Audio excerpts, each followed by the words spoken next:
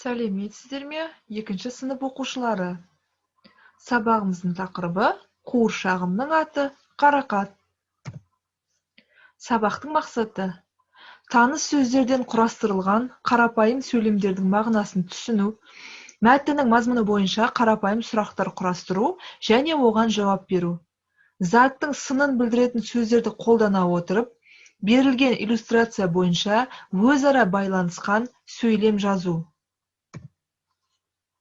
Оқушылар, мен алдыңғы сабақта айтып өткендей, дауыссыз қ, к, п дыбыстарының біріне аяқталған сөздерге дауыссыздан басталған қосымша жалғанса, аталған дауыссыз дыбыстар өздеріне сәйкес ұяң дауыссыздармен алмасады. Мысалы, менің қуыршағым дегенде, қуыршақ дегендегі қ, ғ-ға ауысады, иә?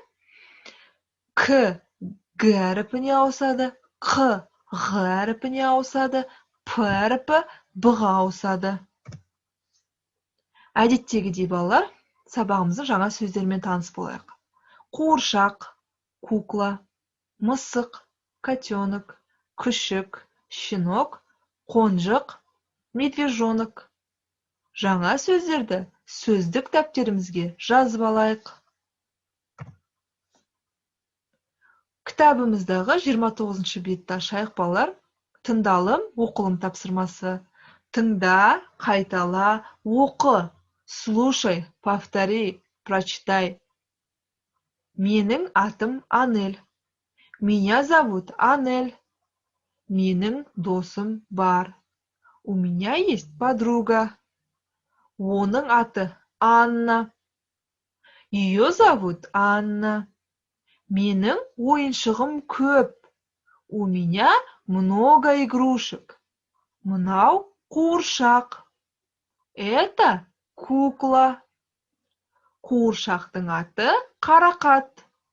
Мою куклу зовут қарақат. Ол әдемі. Она красивая. Досымның ақ қояны бар. У моей подруги есть белый зайчик. Тыңдалым, оқылым тапсырмасына байланысты дескриптор кестесі. Мәтінді мұқият тыңдайды, 1 балл. Мәтінді дұрыс оқиды, 2 балл. Мәтінді оқу барысында орфоэпиялық нормаларды сақтайды, 2 балл. Ал енді балалар, ары қарай 30-шы бет, 2-ші тапсырма. Айтылым, мынау не деген сұраққа жауап береміз. Сендерге суреттер берілген, сол суреттер бойынша мынау не сұрағына жауап беріп, маған аудио жазба жібереміз. Айтылым тапсырмасына байланысты дескриптор кестесі. Сұраққа жауап береді, 2 балл. Сөйлемдерді айту барысында орфоэпиялық нормаларды сақтайды, 3 балл. Әрі қарай 30-шы бет, 3-ші тапсырма, жазылым. Письменная работа. Суреттерді пайдаланып, сөйлем құрап жаз. Напишите предложение, используя картинки. Сендерге балалар сурет берілген, сол сурет бойынша сөйлем құрап жазамыз. Мысалы, менің қонжығым бар немесе жоқ. Сенің қонжығың бар немесе жоқ деп жазамыз. Оның қонжығы бар немесе жоқ. Жазылым тапсырмасына байланысты дескриптор кестесі.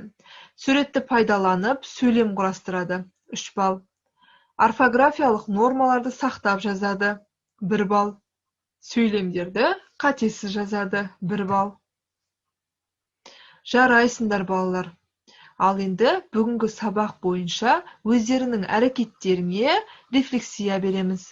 Мен сабақта нені үйрендім? Маған сабақта не ұнады? Маған не қиын болды?